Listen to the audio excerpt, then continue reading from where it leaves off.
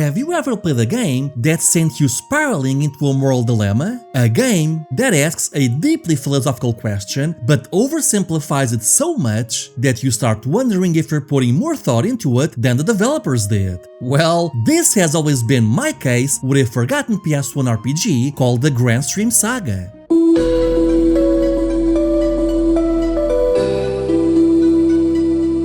The Granstream Saga is the forgotten final entry into the Soul Blazer trilogy for the Super Nintendo. It's technically not an official sequel, but it's made by many of the same team members who now went by a different name, and it carries the same themes of isolation, life, death, and rebirth. And I should also point out, you should expect a lot of spoilers of this game in this video. The Granstream Saga was also the studio's first PlayStation game, and even their first 3D game, which might help explain some odd quirks like characters having no faces or that they kind of move like puppets. And yet, this is such a somber and depressing game that playing it today, the eeriness of the animations and lack of faces could almost be excused as an artistic choice. But clearly this wasn't intentional though, as they'll occasionally show detailed character portraits. But it does show that sometimes, things that were seen as flaws when they were new can wrap themselves around into becoming an artistic choice 30 years later. If anything, the game's biggest issue with the story it's trying to tell is the less than stellar voice acting. How could this happen?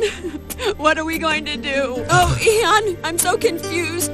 You must go to her. You must save Arcia. The game tells a story of a post-apocalyptic fantasy world where an ancient war triggered worldwide cataclysms that engulfed the world in water. The remnants of humanity now cling to survival on 4 floating islands, each powered by magic. Worse still, the magic that powers the islands is waning, and so they're slowly starting to sink. So you control the hero of the story, Eon, as you guide Arcia, a girl who's basically a shrine maiden, onto each island's respective temple and have her perform a chant to restore power and save each island. You also have a friend, Laramie, who travels with you too, who's basically a sky pirate in search of her brother. As a game, the Granstream Saga has some good ideas, but it's clearly held back by the developers' inexperience with 3D, which results in stiff combat controls, poor camera, and confusing dungeon layouts. But what always set it apart for me were the themes of the story. With only 4 habitable islands in the entire world, all of which are cramped, low on resources, and slowly sinking to their doom, you can imagine the impact this has on the lives of its inhabitants. Some turn to religion, creating a cult that is so desperate for survival that they're willing to abandon or even sacrifice their own family members. Others spend their lives living in a world of fantasy, living out their days imagining a better world that doesn't exist. Not only that, but each island lives in its own unique precarious situation, which can range from freezing cold temperatures to having a live-active volcano at its center, and the only way to keep it from erupting is by keeping the weight of both sides of the island equal. So because of this, families are separated, and even minor things like gaining or losing weight is looked down upon.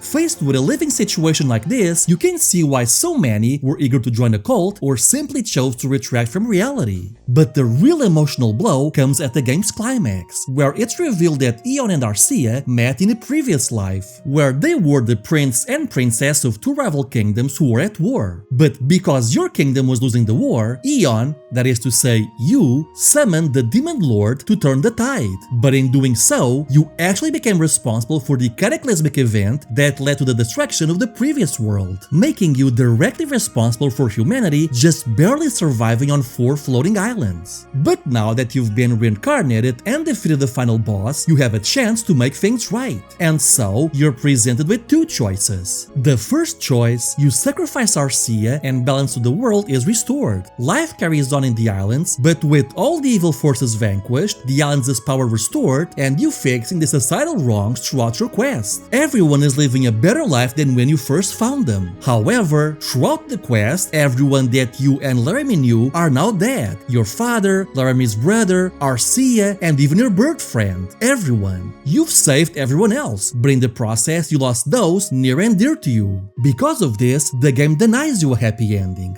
Laramie asks to spend a year alone in an abandoned town, grappling with the pain, loss, and trauma while reliving it every day. Once that year passes, you meet up with her and embrace in a bittersweet ending. Or you can make a different choice and sacrifice Laramie. By doing so, you're told Laramie will cease to exist, but both you and Arcia are thrown back in time and historical events are slightly changed to imply the two kingdoms will meet peace through their marriage. You even see your bird friend at the end. For all intents and purposes, this is a much happier ending. The problem is that neither you nor Arcia remember any of the events from the game. It's as if they've never happened. And though this game doesn't have much discourse online, as far as I can tell, this is the ending most people end up choosing, because the game portrays it as a happy ending. But even as a kid, I never liked this ending. And playing it again now, I think I can finally and eloquently explain why it never felt right with me.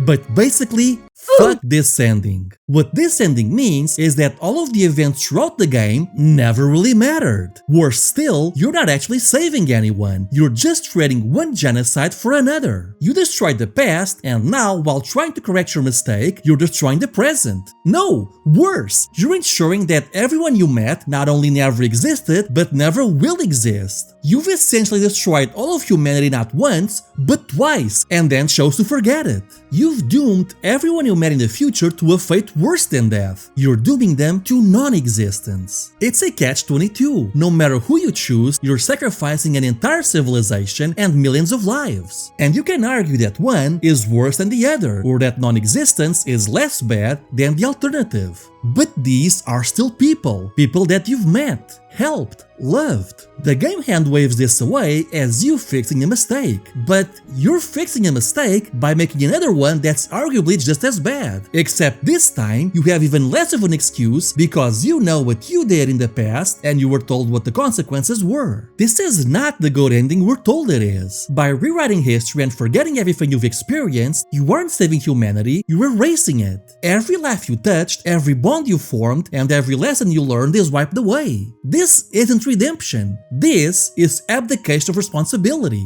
Even worse, the same catastrophic mistakes could happen again because neither you nor your descendants have the memory or wisdom to prevent them. Not only that, but can we even consider these the same characters? The game tells you they are the same souls, but we're also the sum of our experiences. And if you've forgotten everything you've done in the future to help and save others, then these are effectively two strangers we never met before. One of which we know is a prince who's willing to commit full-blown genocide on a global scale if it means saving his kingdom. Contrast this with Laramie's ending.